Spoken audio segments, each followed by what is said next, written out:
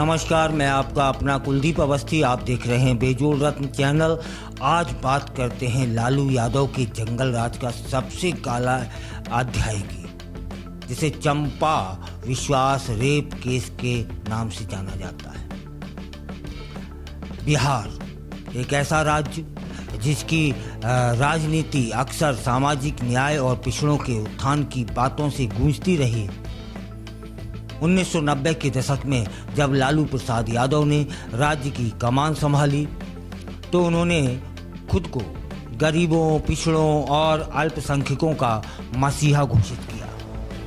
लेकिन सत्ता की चकाचौंध के पीछे छिपी अंधेरी गलियों में कुछ ऐसी घटनाएं घटीं जिन्होंने जंगल राज शब्द को बिहार की पहचान बना दी। ऐसी एक घटना थी चंपा विश्वास रेप केस। जब रक्षक ही भक्षक बन जाए। एक ईमानदार और कर्तव्यनिष्ठ IAS अधिकारी, उनकी पत्नी चंपा विश्वास एक सामान्य गृहिणी थी जो अपने परिवार के साथ शांति से जीवन जीना चाहती थी। लेकिन उनकी जिंदगी तब नर्क में बदल जाती है जब लालू प्रसाद यादव के बेहद करीबी नेता मृत्युंजय यादव की बुरी नज़र उन पर पड़ती है। मृत्युंजय यादव न केवल आरजेडी का प्रभावशाली नेता था, बल्कि लालू यादव का आत्मीय मित्र भी माना जाता था। उसने लालू यादव पर एक किताब भी लिखी थी जो इस बात का प्रमाण है कि उसकी पार्टी में कितनी गहरी पकड़ थी।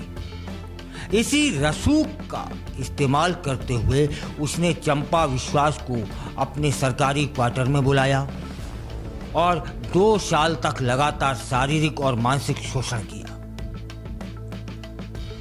यह मामला सिर्फ चंपा विश्वास तक सीमित नहीं रहा। मृत्युंजय ने चंपा की मां, नौकरानियों और भतीजी तक को नहीं बख्शा। पीड़िता बताती हैं कि उसे बार बार अबॉर्शन करवाना पड़ा और अंततः उसने खुद को स्टेरिलाइज करवा लिया ताकि बार बार गर्भवती होने के दर्द से छुटकारा पा सके। और सबसे डरावनी बात यह रही कि चंपा की भतीजी कल्याणी और 2 नौकरानियां गायब हो गईं। संदेह जताया गया कि मृत्युंजय यादव ने ही उनकी हत्या कर दी, लेकिन आज तक इस पर कोई ठोस कार्रवाई नहीं हुई है। मृत्युंजय यादव की पत्नी हेमलता यादव भी इस अपराध में शामिल पाई गईं।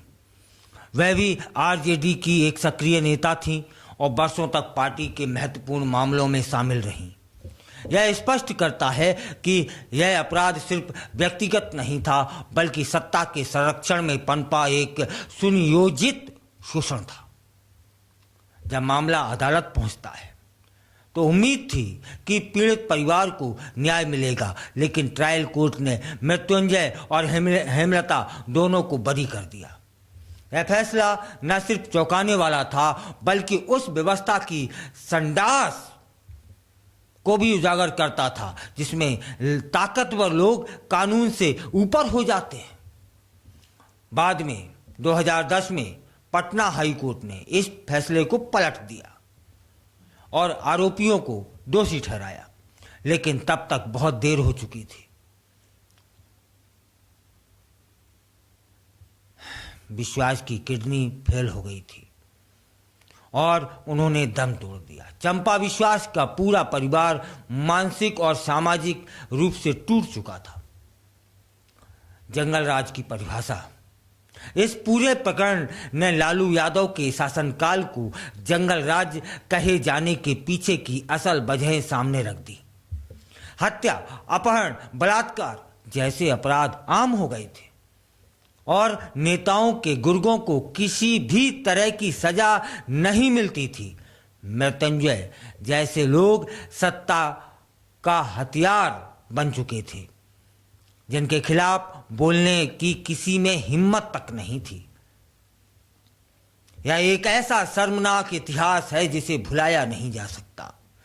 चंपा विश्वास के सिर्फ एक आपराधिक घटना नहीं है, यह उस दौर की सामाजिक और राजनीतिक गिरावट का आईना है। एक ऐसी कहानी जहां पीड़िता को इंसाफ नहीं, साजिशें मिली, जहां सत्ता ने दरिंदों को शरण दी और न्याय को कमजोर कर दिया। यह मामला आज भी हमें सोचने पर मजबूर करता है, क्या राजनीति सिर्फ वोट बैंक और सत्ता की होड़ बन चुकी है? क्या वाकई आम जनता की सुरक्षा किसी नेता के करीबी होने पर निर्भर हो गई है? चंपा विश्वास का दर्द, उसके परिवार की बर्बादी और मृत्युंजय जैसे अपराधियों की राजनीतिक पनाह, ये सब मिलकर उस दौर की भयावह तस्वीर खींच देते हैं जिसे बिहार का जंगल राज कहा जाता है। यह इतिहास का वो पन्ना है जिसे पढ़कर शर्म आती है, लेकिन जिसे पढ़ना भी जरूरी है ताकि फिर कभी कोई सत्ता दरिंदों की ढाल न बन